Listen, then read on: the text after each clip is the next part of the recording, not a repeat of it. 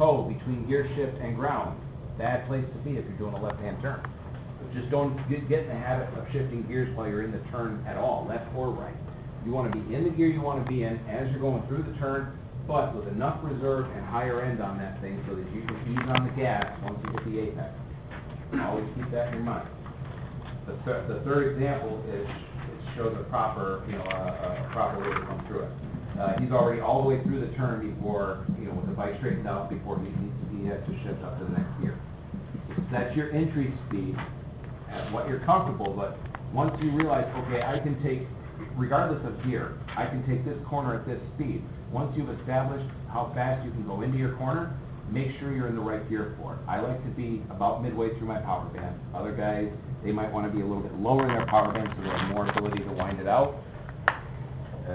Completely up to different people, and please give feedback.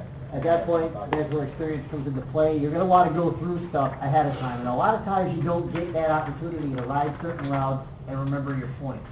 And that's fine. And nobody here, no matter who you are, remembers how fast you're going at what gear you're in and what route.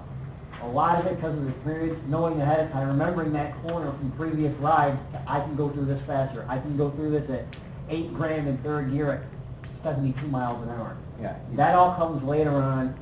The first point of it is these are things that you need to start looking at for later usage as you repeat stuff over and over and over again. And a lot of stuff that we were saying is coming at you at like 100 miles an hour and you're going, how am I supposed to remember all that? You're not. You will pick it up later on for later usage. You will learn it as you learn your bike, as you become more comfortable in your own abilities, as you become more confident in your bike and your tires especially. These things will come. What we are going to do today as we run through Hot Lap the first time is going to go through it slowly as a big massive group.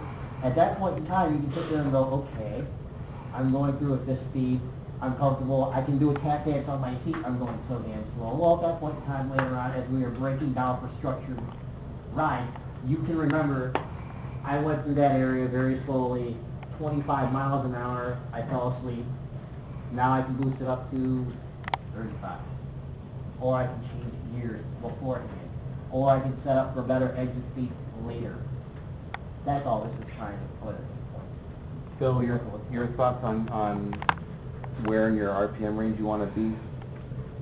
I'm kind of just like what you were saying. You feel it. You feel the drag on the bike. That's where you'd like to be. If you have drag on your bike, that means you're going to have acceleration when you need it.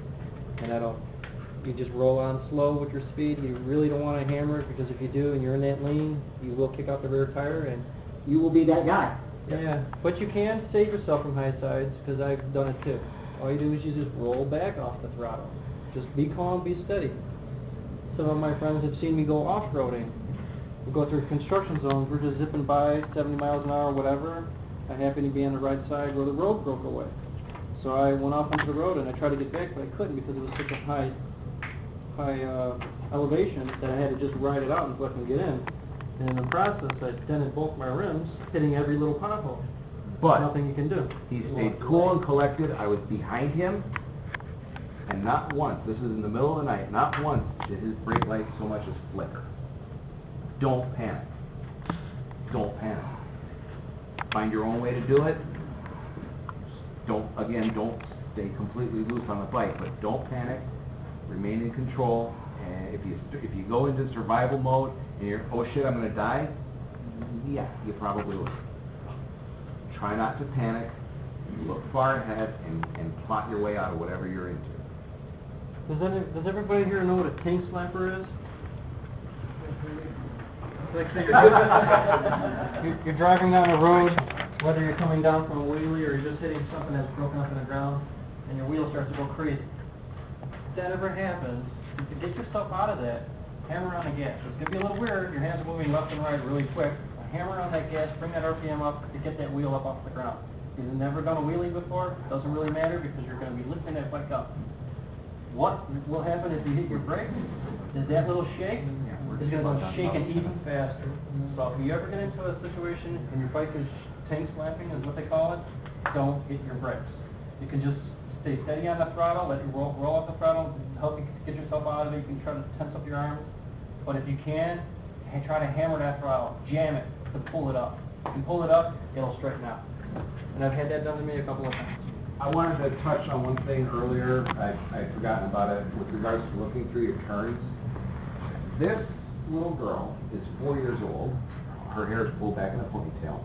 This picture was taken last year. She is my neighbor's daughter from where I used to live in Northbrook. This picture was taken her second time ever riding a two-wheeled bike, period. That's a Pee-wee 50, has no gears. The fall prior to that, she was on an 80cc quad, learning how to ride, and was just killing it. This is her second time on the bike, and because of proper instruction, look at the direction her bike is pointed and look at the direction her head is pointed. It is not nearly as exaggerated as it is in some of the previous pictures, but she's got it under control. She's looking through her turns. That pine cone that you see on the ground, we set up a slalom for her. She was doing the MSF, no shit, or the M-Class test.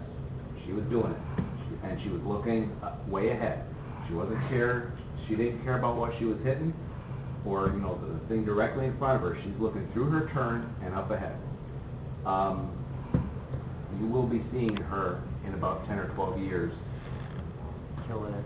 on ESPN. You guys will be watching her, I guarantee it. So, that being said, real quick, diminishing radius turn. Who wants to hit that? Okay. Diminishing radius turn, you guys will see this a lot on your exit ramp, or your entry ramp onto the expressways around here.